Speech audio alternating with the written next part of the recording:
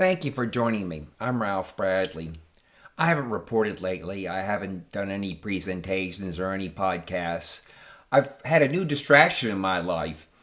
On April 21st, 2024, a granddaughter, Hannah, came into my life. And she has kept me busy. She's kept her mother, Sarah, busy. So I haven't been around. But, this is the election season, and I thought that before the election, that I would try to give a data-driven analysis of the current economy, how well it's doing. And then, since this is campaign season, there are a lot of things that are overlooked. And I thought I would present some of the things that I think that are important, but that are overlooked. And then I'm going to discuss some ill-conceived policy proposals that have arisen during the campaign. If you have any comments or disagreements, please put them in the comments. And I will take it away from here.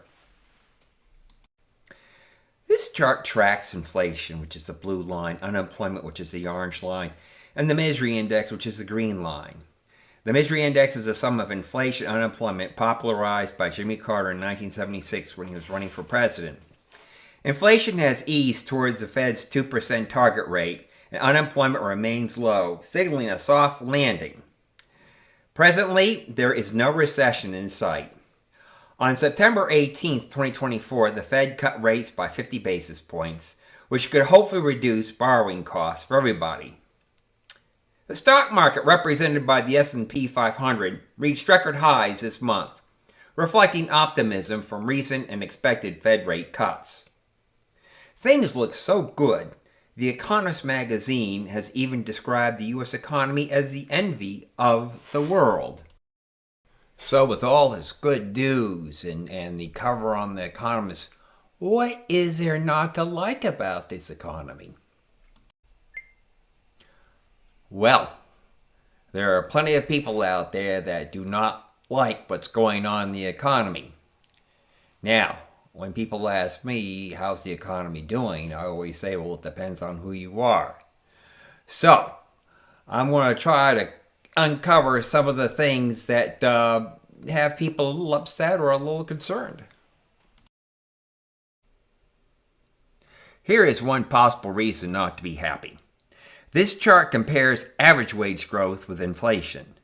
From March 2021 to April 2023, as shown in the red area between the purple lines, inflation outpaced wage growth, reducing purchasing power for the average worker. Since April 2023, average wages have grown faster than inflation, as shown in the green area, but not enough to recover the losses of the inflation spurt between March 2021 and April 2023. Now, as I mentioned before, this is the average results. There are many people who got pay increases way above inflation, and there are many who did not. Yet, many people whose income did exceed inflation are still angry that, say, a dozen eggs that went for $1.55 in 2019 are now going for $3.82 in 2024. So, many people, whether or not their incomes exceeded inflation, still do not like the high prices of today. We are seeing a redistribution of income from white-collar to blue-collar workers. In early 2024, 25,000 tech workers from places like Google, Meta, and Microsoft were laid off. Meanwhile, UAW strikes secured 25 to 30% raises, and UPS drivers now earn $170,000 a year. I asked a group of students in public policy who could barely hope to get $70,000 a year if they wanted to quit their positions at their public policy school and become a UPS driver, $170,000 a year. I didn't get any volunteers. Dock workers saw wages jump 62% to $63 an hour. There's a growing shortage of technical blue-collar workers such as construction managers and carpenters.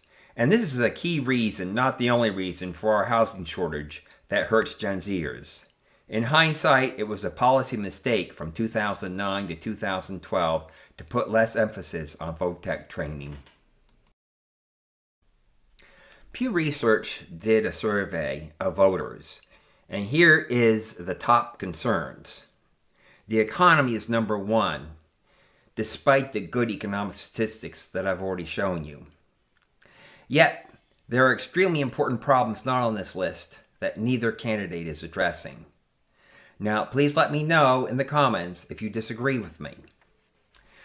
First, we should be discussing why U.S. students rank 18th in math and science, far behind China, which is second.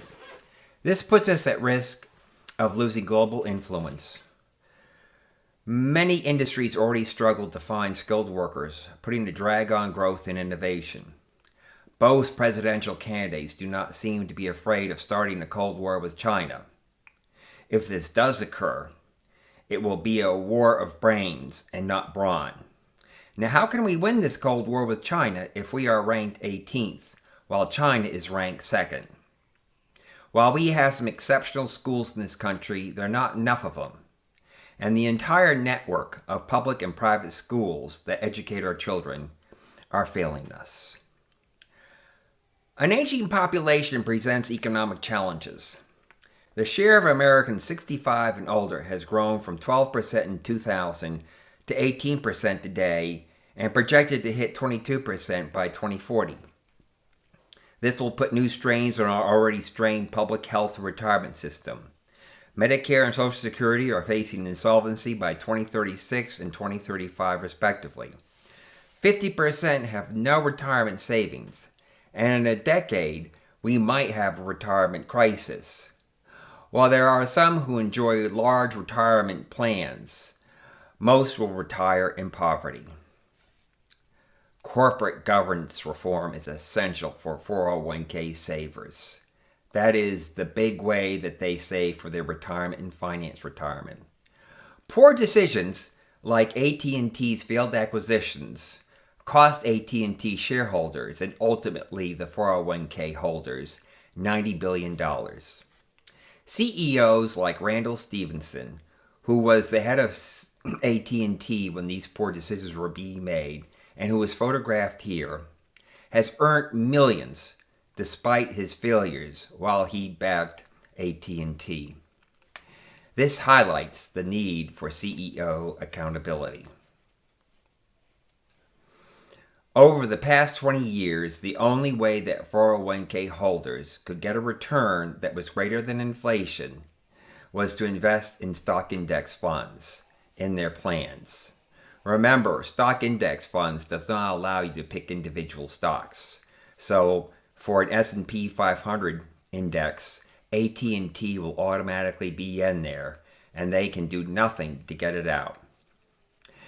They also don't have access to private equity as wealthy investors do. So 401k holders need stronger influence over executive pay and the ability to reclaim compensation from underperforming CEOs. Corporate governance reform, such as the ones listed here, are necessary to allow retirement plans to provide for a secure retirement.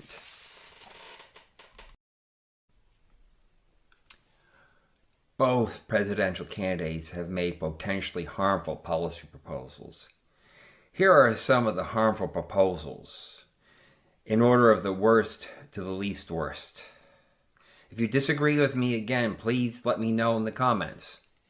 So the worst policy proposal is tariffs. And the next worst is price controls. And the next is immigration limits and deportation. And finally, subsidies to businesses and individuals. The global economy thrived for 80 years under low tariffs. Unfortunately, the globalization that started with the Bretton Woods Conference is now ending, with various countries imposing new tariffs. Each new tariff risks fueling inflation, reducing competitiveness, and disrupting supply chains. Usually there is retaliation from other countries that will even cost more jobs. The 80 years of globalization cut extreme poverty from 58% in 1950 to 8% in 2020. Despite the flaws, globalization has lifted millions out of poverty. America's decline in manufacturing isn't solely due to unfair trade. Other countries like Taiwan and South Korea excel due to superior skills and education. And tariffs will not fix this. We need better schools if we want to save what is left of our industries. History shows that tariffs can backfire. The top photo is of Representative Hawley and Senator Smoot after the passage of the Smoot-Hawley tariff. This tariff of 1929 deepened the Great Depression as retaliatory tariffs crippled trade. The bottom photo is a soup kitchen for children in the Depression. Again, that was in part started by the Smoot-Hawley tariff. Now, again, it's mismanagement and unfair trade that has hurt firms like Intel and Boeing. Intel used to be the dominant firm in semiconductors. It was almost monopoly for every PC chip. However, Intel became relaxed and a little bit lazy. As a matter of fact, when Apple approached Intel to make the chip for its smartphone, they turned them down, thinking that the PC business would go on forever. So it is no wonder that Intel lost dominance to Taiwan Semiconductor, who was willing to make a variety of chips by a variety of chip designers.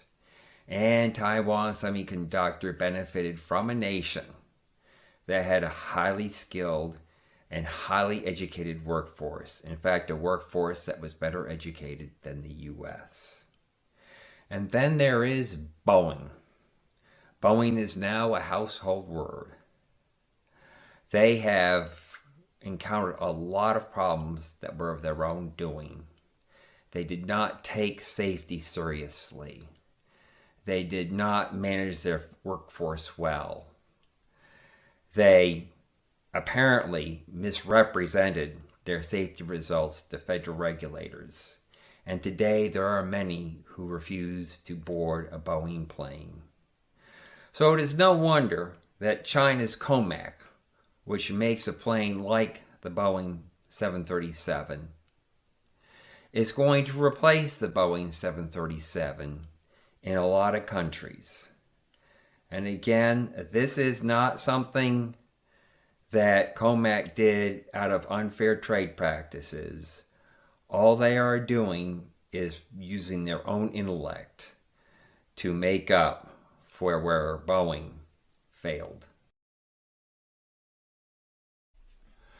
Many are claiming that grocers price gouged, and some candidates vow to end this, and the only way you can end this is through price controls on food. They're accusing grocers of greedflation, but many innocent, hardworking, and honest individuals in the food industry are hurt by this accusation. And those who transported and stocked our shelves and ordered new supplies and ran our grocery stores really should receive our praise rather than our condemnation. The increased prices that we did see resulted from supply chain disruptions. After all, many people had to stay home, and that's going to disrupt the making of wipes and the making of beef cutlets and other things that are sold in grocery stores. There was heightened demand, and there were other factors. It was not from a conspiracy of grocers to price gouge. The grocery industry has the smallest profit margins, 1.2%, in the economy of any other sector. So it's not a place that the greedy people would go to work at or invest. There are other sectors where they could go and get more money. This chart shows that grocery costs often exceed prices, disproving claims of price gouging. Price controls fail. We see it in history. In Venezuela, after a long spout of price increases, they imposed price controls and they caused food shortages and greater food insecurity. And in the U.S. during the 1970s, we controlled the price of crude oil, and this led to long gas lines. And it really didn't lower the cost of gasoline. And once the price of oil was decontrolled, amazingly enough, gas prices dropped. Deporting immigrants would hurt our Social Security and disrupt new industries that are reliant on their labor. However, I am not advocating for an uncontrolled border. I'm advocating for immigration reform, which is vital to meet our economic demands and to stabilize our workforce, and also to help us overcome the problems of a low birth rate. The U.S. is not the only nation of immigrants. Canada and Australia are also a nation of immigrants. And the U.S. should adopt strategies like Australia's or Canada's, which attracts skilled workers through targeted programs. The Canadian Nomad program is even attracting talent from the U.S. that we can ill afford to lose. Subsidies can fire. Manufacturing subsidies under the CHIPS Act, that was passed with great fanfare, have struggled due to labor shortages. So far, from the CHIPS Act, $32.5 billion have been spent, and not a single chip has been made because the companies can't find adequately skilled workers.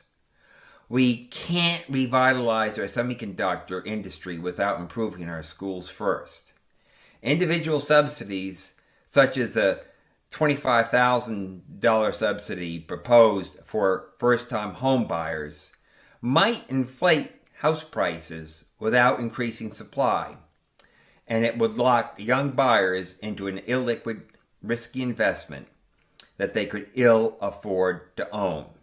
So before applying housing subsidies, restrictions such as zoning restrictions and financing constraints and the permitting problems all need to be streamlined first. And then when the subsidies are used, they will need to be targeted to those that can use them most appropriately. This chart shows some of the dynamic behind today's shortages of housing and the high prices of housing that afflict many Gen Zers and young millennials. So here we have private housing completion since 1968. So first notice that the completions peaked in 1973. Housing completions peaked when the U.S. population was only 210 million people as compared to the 346 million that we have today. And so our housing shortages today come from regulatory failures from the past and not from market failures. Housing construction plummeted after the 2008-2009 housing crisis. And before that, before the housing crisis, financial institutions had irresponsibly made loans to home buyers who could not pay them back and induced home builders to overbuild. Bank regulations and enforcement did not protect us from this irresponsibility. Since the housing crisis, both banks have been reluctant to lend and home builders have been reluctant to build. Additionally, home builders have had the challenge in that they have a hard time finding skilled workers. So this has also contributed to this drop of housing completions. So our educational system again has got to improve before we can get housing completions back to where we need them to be. Also, in many areas, private equity has bought up housing units to rent, taking them off the supply of owner-occupied housing to sell to Gen Zers and millennials. And again, this is a policy failure because no federal or state institution monitors this private equity intrusion on the housing supply.